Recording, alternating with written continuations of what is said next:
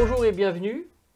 François, merci d'avoir accepté notre invitation aujourd'hui pour reparler de ton film qui a obtenu un prix, le prix du montage au Festival des Moulins d'Or en 2020 pour le film Prunelle. Alors, tu peux te présenter un tout petit peu, nous dire ton parcours et effectivement, on va parler après du film Prunelle, comment ce film s'est monté en fait tout simplement. Donc je m'appelle François Zabowski et donc je réalise et j'écris aussi mes scénarios. Donc je ne tourne des films que j'ai écrits, je ne tourne jamais de films à partir de scénarios d'autres personnes. Et je suis par ailleurs écrivain aussi. Enfin, dans la première partie de ma vie, j'ai fait beaucoup plus j'ai écrit beaucoup plus, j'étais romancier, beaucoup plus. Et puis là, ça fait une petite dizaine d'années que, sans avoir vraiment arrêté d'écrire des romans, mais je me suis beaucoup plus dirigé vers mes premiers amours qui sont les films. Et donc là, je réalise des courts-métrages de fiction. Je suppose donc que tu écris seul pour le coup. Oui. Voilà. Et du coup, quelle est la différence pour toi entre l'écriture quand tu écris un roman et celui quand tu écris un court-métrage? Tu as forcément d'autres obligations, d'autres critères? Ah oui, bah, la grosse différence, c'est la liberté.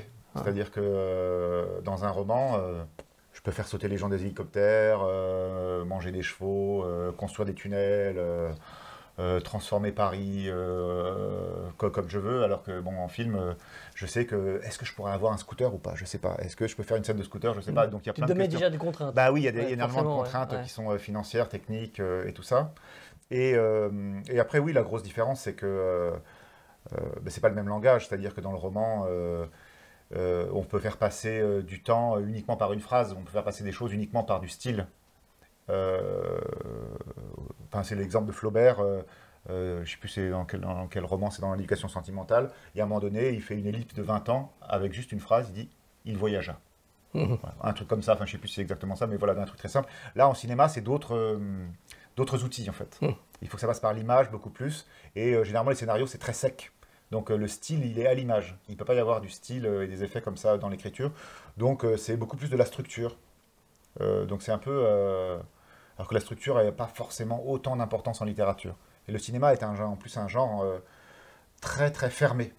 Enfin, il y a très très peu de liberté d'écriture. Tous les films de Spielberg à Dupieux sont globalement construits à peu près de la même façon. C'est toujours les mêmes schémas narratifs, alors qu'en littérature, il y a beaucoup plus de diversité, de liberté. Alors pour un court-métrage comme Prunelle, du coup, ça t'a pris combien de temps à l'écriture? Et puis ensuite, constituer l'équipe et même après le montage? Alors pour Prunelle, j'ai pris plus de temps que sur d'autres projets parce que le projet a été financé, donc ça me permettait de prendre un peu plus de temps pour écrire. Je crois que j'ai écrit en un mois. J'ai pris un mois pour à partir uniquement du pitch. Je suis parti uniquement d'un pitch qui était l'histoire d'un médecin, d'un chirurgien, qui se pose la question est-ce que est-ce qu'il peut utiliser ses connaissances en médecine pour tuer ou pas Ça va, docteur? En tout cas, il avait Vous un avez pouvoir vraiment à ce pas l'air moment-là. bien pendant Oui, voilà, c'est ça. l'opération. Enfin, le pouvoir qu'a le chirurgien, en fait, Alors du coup, tu me disais tout à l'heure justement contraintes techniques. Il y a quand même quelques contraintes techniques dans ce film-là. Oui, bah, C'est oui. pas anodin. Tu avais accès à une clinique, j'imagine. Tu l'avais déjà accès avant ou tu l'as dû chercher après? Non, c'est toute l'idée, justement, c'est qu'on m'a proposé, c'est Michel, le comédien, qui a deux vies aussi, et qui, donc, en plus d'être comédien, est par ailleurs chirurgien aussi. Et donc, du coup, qui, lui, m'a dit qu'il avait accès à une clinique. D'accord. Et que donc, on pouvait tourner dans cette clinique. Et c'est lui qui m'a proposé ce pitch-là. Il avait juste ce pitch-là. C'est l'histoire d'un médecin qui m'a proposé d'écrire, voilà. Et c'est l'histoire d'un Donc médecin. l'histoire du cas de conscience, il l'avait déjà. Voilà, il c'est avait ça. apporté Lui, l'idée. il m'a posé ce Ouais. truc en une phrase. Voilà, c'est un médecin qui a un cas de conscience. Est-ce qu'il doit utiliser son pouvoir pour tuer ou pas? Enfin, Ouais. voilà. Et ensuite, il fallait construire Donc tu avais déjà une toute bonne l'histoire. trame pour. Ah bah commencer. j'avais juste la phrase, Ouais. c'est pas la trame du tout. Ouais. Non, mais non, il fallait trouver que déjà quel chirurgien c'était, est-ce que c'est un chirurgien, c'est moi qui trouve, enfin voilà, après moi j'ai inventé tout le reste, que c'est un chirurgien des yeux, c'est pour se venger de la mort de sa fille, enfin... Ah, parce qu'il n'est pas chirurgien forcément. C'était un médecin, D'accord. c'était Ok. sur le serment d'Hippocrate en fait, uniquement D'accord. sur la base, est-ce qu'un un médecin, le cas d'un médecin qui est confronté à est-ce qu'il doit respecter ou pas le serment d'Hippocrate, là, dans un cas très concret. Donc c'est un problème moral. Et ça m'allait très bien aussi, parce que moi je sais que j'ai beaucoup été influencé par des cinéastes comme Kieślowski, qui est aussi très très pose des questions de morale, comme dans le Décalogue, ou des choses comme ça. Enfin, voilà. Et donc là, cette question comme ça, philosophique, de morale, moi, m'intéressait. C'est Du intéressant. coup, tu avais fait déjà un découpage du film, tu avais déjà un storyboard en tête, ou comment ça s'est passé cette partie-là pour toi? Bah, ça s'est passé dans un second temps, c'est-à-dire d'abord je suis parti sur le scénario, et une fois que le scénario a été terminé, bah, l'équipe, on y a réfléchi du coup avec Michel au fur et à mesure. Mais je crois, non, avant l'écriture. Avant l'écriture. On a travaillé au casting, notamment avant l'écriture, comme ça, moi j'avais déjà en tête les comédiens qui allaient jouer avant d'écrire, en gros. D'accord. Toute une galerie de comédiens avec qui on pouvait faire le film. Et comme ça, moi j'aimais bien pouvoir avoir en tête des... Alors pourquoi les yeux finalement? Il y avait une raison particulière? Je sais plus comment c'est venu, non, c'est venu par hasard. D'abord, parce que Michel, lui, est chirurgien de la paupière. D'accord. Hein, voilà.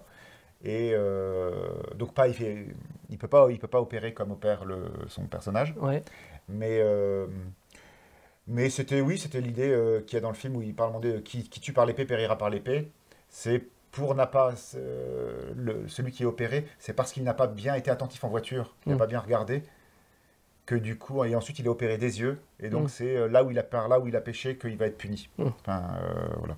Donc c'était l'idée de réflexion sur le regard, et puis aussi parce que l'idée, un des grands enjeux, c'était, moi je fais généralement des choses qui sont plutôt comiques, de l'humour noir, froid et tout ça, mais plutôt comique, et là l'idée c'était pas du tout faire de comique, et il fallait vraiment, l'idée c'était de faire un thriller, quoi, de faire peur, et je me suis dit, pour une opération, quelle est la partie du corps humain la plus sensible, celle avec laquelle on se sent le plus fragile, bah, ça m'apparaissait t'as visé juste là. les yeux.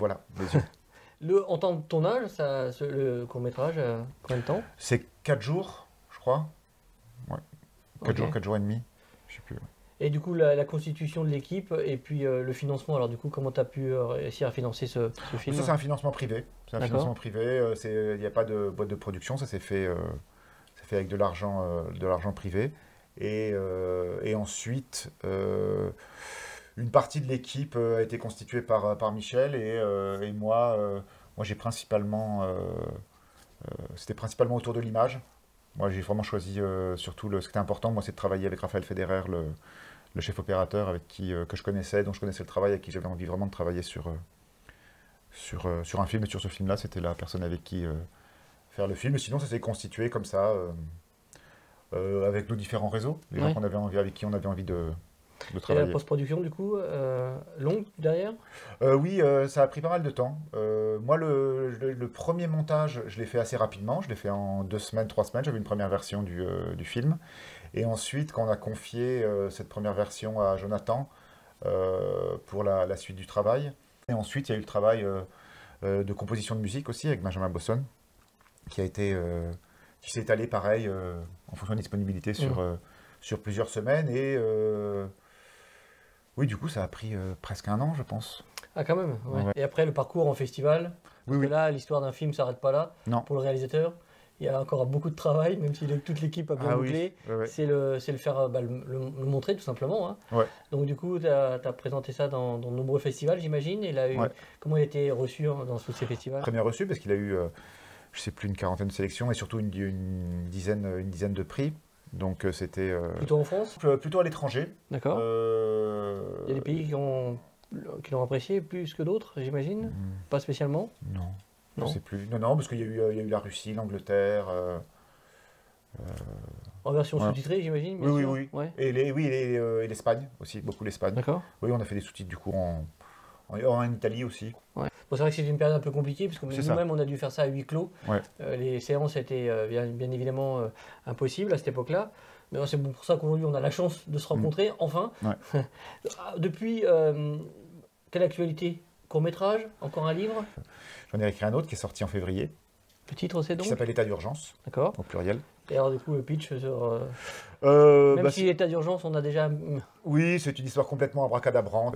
C'est l'histoire d'un pays où, à cause d'un problème, d'une crise des hôpitaux, en fait, la liberté des citoyens est restreinte drastiquement du jour au lendemain. Ouais, donc c'est complètement fantasmagorique. Je ne sais pas où je suis allé chercher une histoire comme ça. Et le court-métrage, un dernier, je crois qu'il y en a eu un en 2022. Oui, oui, oui. Jouir. Jouir à Limoges. Oui. Voilà. À Limoges, c'était de là-bas? Non, pas du Pas tout. du tout. Pas du tout. Non, non, c'est C'est quoi ce. c'est la ville qui m'évoquait le moins l'érotisme. Voilà. D'accord. Non, non, mais c'est parce que c'est par rapport au film, parce que dans le film, Il y avait Berck aussi. oui, oui, oui, Berck, effectivement. Mais Et c'est quoi le pitch? c'est l'histoire d'une fille qui n'a pas vu sa mère depuis longtemps, qui revient la voir pour essayer de l'envoyer en maison de retraite à Limoges. D'accord. Voilà. Rien de personnel. Non, non, non. Ce film-là, du coup, tu commences à le présenter? Oui, on va essayer de l'envoyer en festival, là, c'est en cours. Voilà. D'accord. Et par ailleurs, là, je viens de finir le tournage d'un long métrage, bon, mais sans argent, avec des lycéens. Voilà, D'accord. avec qui je faisais des ateliers les années précédentes. Et là, le projet s'est transformé, c'est devenu un long métrage absolument déraisonnable, Ouais. mais qui s'est très très bien passé. C'était une superbe aventure. Donc, si Et je on a- m'expliquais des tournages tous les week-ends dans un C'est ça. lycée. Ouais, on avait accès du coup à un lycée entier pendant. Alors, hein, tu peux nous donner un petit résumé là, du film sans trop nous en dévoiler peut-être? Oui, mais non, c'est simple, c'est un film qui s'appelle Des voix, et c'est donc l'histoire de lycéens qui ont perdu leur voix, qui cherchent à retrouver ou trouver leur voix. Voilà. D'accord. Et c'est un film un peu fantastique parce qu'il y a certains parmi les lycéens qui ont des pouvoirs Ok. qui permettent de prendre la voix des autres. Bon, on dit pas plus. Du coup, tes courts-métrages ou tes précédentes réalisations, je crois qu'on peut les voir. Tu as ton site pour. Oui, alors après, il y en a beaucoup qui sont sur une plateforme de VOD qui s'appelle BT VOD, donc ils ne sont pas Oui. accessibles autrement que sur cette Un plateforme. abonnement, je crois qu'il faut un Ouais, c'est ça, abonnement. c'est un abonnement qui est très bon marché, mais voilà, la plupart sont. Je crois que Prunel, tu l'avais mis quand même à disposition, il me semble. Non, non, non, Prunel, Non. tant qu'il était en festival, là, Ouais. il était pas disponible. Ouais. Et là, ça fait quelques semaines que voilà, Oui. la campagne des festivals C'est terminé. c'est terminé. Donc maintenant, je l'ai mis en libre accès. Après, peut-être qu'effectivement, Je il crois d'ailleurs partira qu'on sur l'avait une mis à plateforme. disposition sur le site, hein, puisqu'on Ouais. on l'a relié quand tu l'avais mis D'accord, ouais. sur Vimeo. Voilà, c'est les gens qui veulent voir le film Prunel, ils peuvent aller directement depuis le site accéder à ce film. Bah, écoute, je vais en profiter donc pour te remettre ce prix.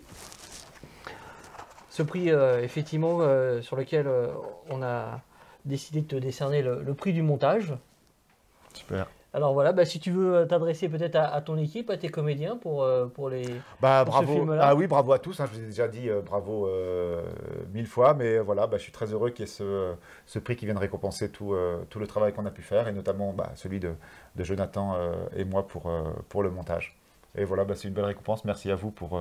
Avec Pour ce plaisir, prix. à plaisir pour de nouvelles réalisations, j'imagine. Donc oui, forcément, je vais raconter d'autres histoires. Bon, et ben on Voilà. a hâte de voir ça. Merci. Merci en tout cas François, on espère se revoir bientôt. Et puis on vous souhaite à tous une bonne journée. Merci bien.